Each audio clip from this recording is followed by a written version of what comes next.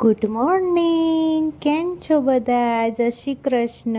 તો આજે બહુ દિવસ પછી બહાર વરસાદ બંધ થયો છે, મિનિમમ 5-6 દિવસ પછી, કારણ કે અહીંયા કોન્સ્ટન્ટલી 2-3 દિવસથી તો કોન્સ્ટન્ટલી પડી જ રહ્યો છે વરસાદ. તો એવી હાલતની અંદર મારા જે પ્લાન્ટ્સ છે, જે મારા રૂમની અંદર તમે જુઓ છો, હું મારા રૂમની અંદર બી પ્લાન્ટ્સ રાખું છું અને રૂમની બહાર ગેલેરીમાં બી મારા પ્લાન્ટ્સ છે જ. તો બધા જ્યારે બી મારી રૂમની અંદર મને મળવા આવે ને તો બધા એવું કે તું આટલા બધા પ્લાન્ટ્સ રાખે છે કેમ, આટલા બધા પ્લાન્ટ્સનું કરો જ શું, અને તું કઈ રીતે કેર કરે આ બધા પ્લાન્ટની. તો મોટાભાગે રૂમની અંદર જે પ્લાન્ટ્સ છે ને એ બધા વોટરની અંદર ગ્રો કરવાવાળા પ્લાન્ટ, અને પાણીની અંદર તમે રાખી દો તો એના જાતે જે ગ્રો કરી જશે.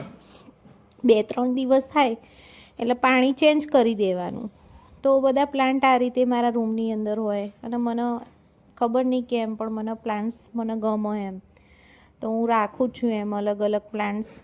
એવું કે મારા કોઈ પ્લાન્ટ્સનો એક કટકો બી તૂટી બી ગયો હોય ને તો હું એને બી નાની એવી બોટલની અંદર મૂકીને પછી એને ગ્રો થાય એટલે પછી એને મોટા એની અંદર મૂકી દઉં. તો આ બધા મારા પ્લાન્ટ્સ છે. આ અપરાજિતાનું પૌધો છે, અપરાજિતાનો પ્લાન્ટ્સ છે. તો હમણાં થોડું ગુસ્સે છે મારાથી, કારણ કે હું થોડી બીમાર હતી. તો હું મારા પ્લાન્ટ્સનું કેવું હોય ખબર છે કે તમે એમનું બિહેવિયર આપણા જેવું જ હોય.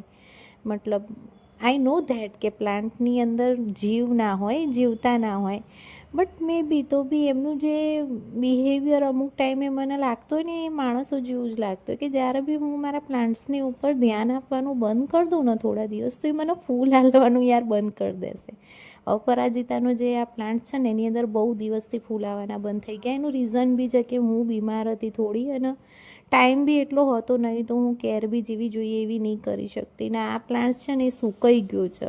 આ એકચ્યુઅલીમાં ગણેશ વેલ હતી, પણ ખબર નહીં કેમ સુકાઈ ગઈ છે. એનો કંઈ ખ્યાલ નથી આવતો મને, પણ નહીં હોય તો પછી કાઢીને બીજી લાવી દઈશું, કારણ કે આ રીતે સુકાયેલું મને બી નહીં ગમતું. આ જાસૂદનું ફૂલ, આ સવારે ગુડ મોર્નિંગ રોજ કે આ છોટું શું પૌધો હમણાં જ આવ્યો મારા ઘરમાં, તો એને બી લગાડી દીધું. જેટ પ્લાન્ટના પત્તા બી ખરવા માંડ્યા છે, પણ હું જે બી પત્તા ખરે ને એ અંદર જ નાખી દઉં પાછા, તો એ માટીની અંદર જઈને એ બી ગ્રો થવાનું ચાલુ થઈ જાય.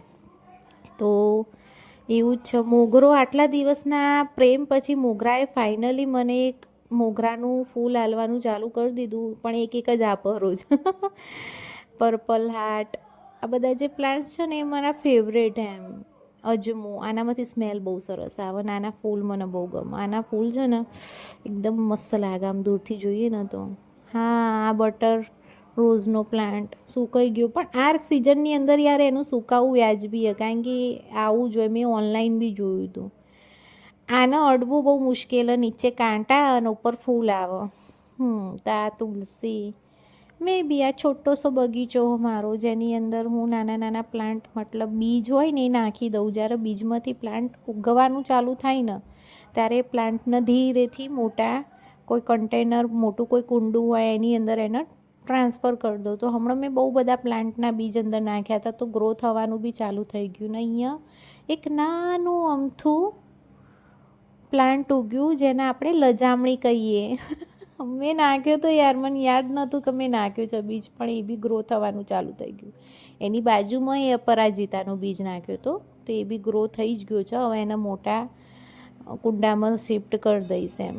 તો આ બધા પ્લાન્ટ્સ છે. લોટસ છે, લોટસની હાલત ખરાબ છે હમણાં થોડી, પણ કંઈ કરી શકાય એમ છે નહીં, કારણ કે હું બીમાર હું ને લોટસને બીજા પેલા એમાં શિફ્ટ કરવો બહુ મુશ્કેલીનું કામ છે. મારા જોડે મની પ્લાન્ટ બહુ બધી, મને મની પ્લાન્ટ ખબર નહીં, અટેચમેન્ટ વધારે જ છે મનીથી, મની પ્લાન્ટથી.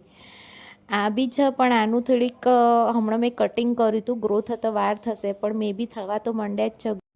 ચાલુ વરસાદની અંદર બી મસ્ત આવું વાતાવરણ હોય એમ. આજુબાજુમાં ગ્રીનરી હોય ને એના કારણે હેલ્થ બી મારી મોટાભાગે આમ સારી રહે છે. કોઈ વખત આમ એટમોસ્ફિયરના કારણે બીમાર હોઉં, હમણાં તો જો કે બીમાર જ છું વરસાદના હિસાબે.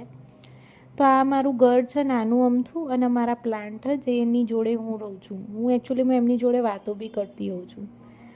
હમણાં થોડુંક ગંદુ થઈ ગયું છે બધું, પણ આ કાલની વિડીયો છે ચાલુ વરસાદની જે મેં લીધી હતી. તો હું મારા પ્લાન્ટ્સનો બહુ જ પ્યાર કરું ને એ બી મને બહુ પ્યાર કરે એમ. તો આ મારું ઘર, મારા પ્લાન્ટ્સ તમે, હું અને આપણી વાતો.